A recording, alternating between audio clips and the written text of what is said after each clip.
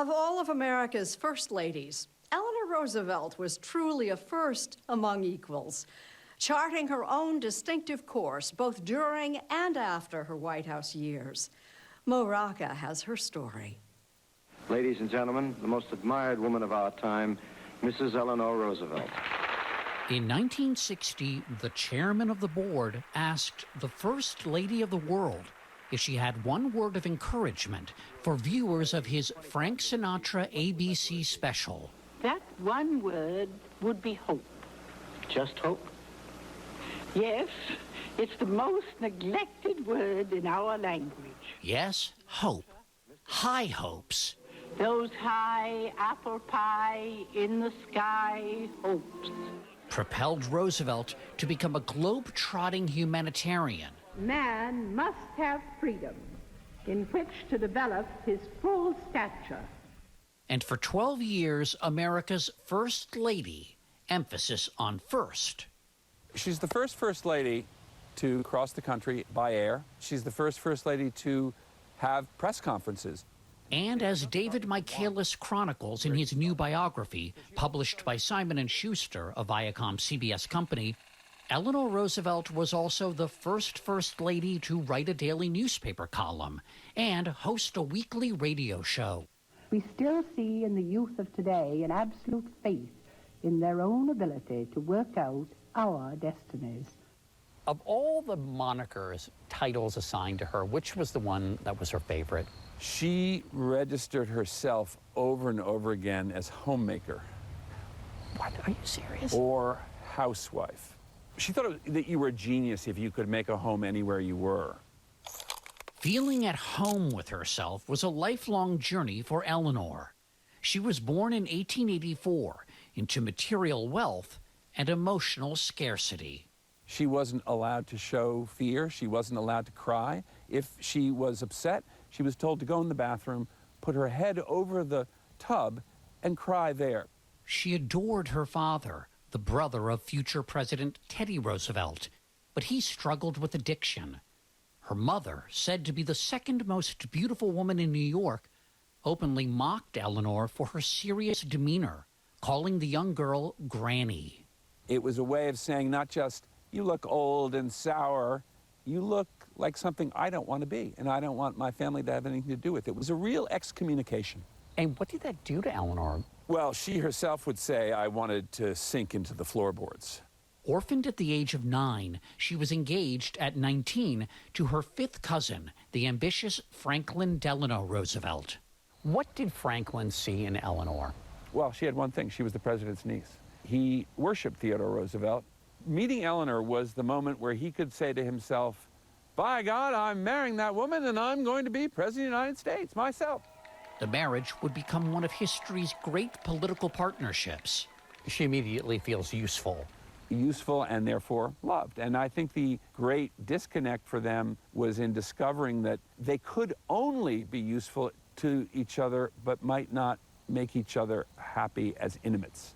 Although they would have 6 children, Franklin would find romantic love with other women. Eleanor would seek intimacy with both men and women. Throughout Eleanor's life, she channeled her own hunger for affection into compassion and service to others. She was a noticer of other people who didn't like to be noticed herself. She much preferred the attention to be on you than on her. During World War I, while Franklin served as Assistant Secretary of the Navy, Eleanor visited Arlington National Cemetery daily to bear witness to the burials of fallen American soldiers. If nobody turned up, she felt absolutely it was her duty to stand by that grave and to observe everything and listen to taps.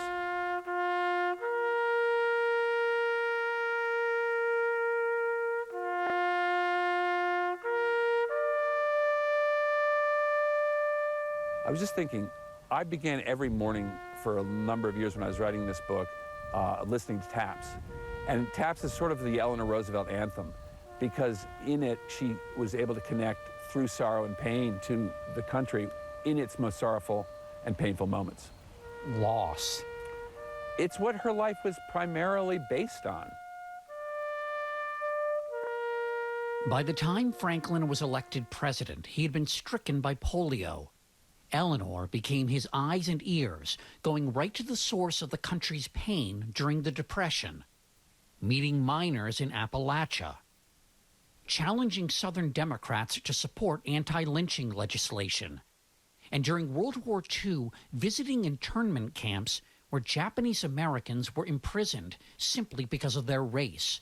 She brought back the truth. He always trusted that she was going to give the truth that others might not, or they might sugarcoat. The First Lady was often alone at the wheel, driving herself cross-country. People looked into her eyes and saw somebody who was listening to them and who was somehow seeing them in ways that they maybe had never been seen. She was letting you know that your government belonged to you, but more importantly, you belonged to your government and you had something to do. Democracy was a two-way street. After Franklin died, Eleanor spent more time in this stone cottage at Ballkill, New York, her longtime sanctuary. But she never retired. Now, here is Mrs. Roosevelt. In 1959, she hosted her own public television show. Now, I'd like to know what your opinion is on that question. Now in her 70s, she held forth with younger leaders, like Senator John F. Kennedy. Well, there are 17 million Americans who have a substandard diet, and then there It so happens that David Michaelis' mother, Diana Teed Michaelis, worked on the program. And a 4-year-old David once met Mrs. Roosevelt. I was trying to get a stick of gum off the First Lady, off my mother's boss. She was fresh out of Juicy Fruit, and that's the memory, but what I took away and feel still is this feeling of a person from whom goodness was literally pouring forth from these eyes that were alive and radiant. Where do you think that light comes from? I think it comes out of fearlessness. There's finally a lack of fear of being who you are so that you can be that person for millions of people. Eleanor Roosevelt died on November 7, 1962, mourned by millions the world over. A once uncertain child of privilege turned global champion of the dispossessed. You must have wondered, what would her message to people be today? Live your life imaginatively, excitingly. Be yourself. Be the best possible version of yourself while you're here. It's not going to be for very long.